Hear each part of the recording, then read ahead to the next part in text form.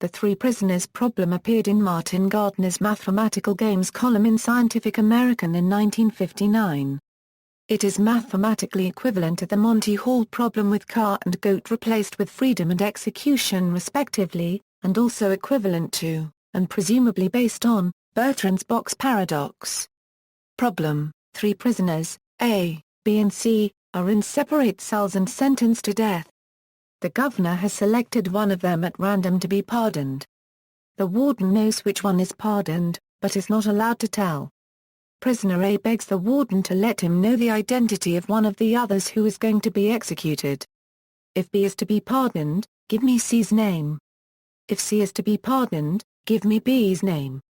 And if I'm to be pardoned, flip a coin to decide whether to name B or C. The warden tells A that B is to be executed. Prisoner A is pleased because he believes that his probability of surviving has gone up from 1/3 to 1/2, as it is now between him and C. Prisoner A secretly tells C the news, who is also pleased, because he reasons that A still has a chance of 1/3 to be the pardoned one, but his chance has gone up to 2/3. What is the correct answer? Solution: the answer is that prisoner A didn't gain information about his own fate. Prisoner A, prior to hearing from the warden, estimates his chances of being pardoned as 1/3, the same as both B and C. As the warden says B will be executed, it's either because C will be pardoned, or A will be pardoned, and the BC coin the warden flipped came up B. Hence, after hearing that B will be executed, the estimate of A's chance of being pardoned is half that of C. This means his chances of being pardoned, now knowing B isn't, again are 1/3, but C has a 2/3 chance of being pardoned. Table: the explanation above may be summarized in the following table. As the warden is asked by A, he can only answer B or C to be executed. As the warden has answered that B will not be pardoned, the solution comes from the second column. It appears that the odds for A to be pardoned are 1/2. Mathematical formulation: call, and the events that the corresponding prisoner will be pardoned, and the event that the warden mentions prisoner B as the one not being pardoned, then, using Bayes' formula, the posterior probability of A being pardoned, is an intuitive explanation: prisoner A only has a 1/3 chance of pardon. Knowing whether B or C will be executed does not change his chance. After he hears B will be executed, prisoner A realizes that if he will not get the pardon himself it must only be going to C. That means there is a 2/3 chance for C to get a pardon. This is identical to the Monty Hall problem. Enumeration of possible cases: the following scenarios may arise. A is pardoned and the warden mentions B to be executed. 12 equals 1/6 of the cases. A is pardoned and the warden mentions C to be executed. 12 equals 1/6 of the cases. B is pardoned and the warden mentions C to be executed. 1/3 of the cases. C is pardoned and the warden mentions B to be executed. 1/3 of the cases, with the stipulation that the warden will choose randomly, in the 1/3 of the time that A is to be pardoned, there is a 1/2 chance he will say B and 1/2 chance he will say C. This means that taken overall, 1/6 of the time, the warden will say B because A will be pardoned, and 1/6 of the time he will say C because A is being pardoned.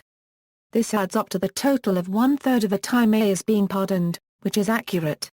It is now clear that if the warden answers B to A, cases 1 and 4, which happens 1/2 of the time, 1/3 of the time C is pardoned and A will still be executed, and only 1/6 of the time A is pardoned. Hence C's chances are 2 closing round bracket equals 2/3 and A's are 2 closing round bracket equals 1/3. The key to this problem is that the warden may not reveal the name of a prisoner who will be pardoned. If we eliminate this requirement, it can demonstrate the original problem in another way. The only change in this example is that prisoner A asks the warden to reveal the fate of one of the other prisoners. In this case, the warden flips a coin, chooses one of B and C to reveal the fate of.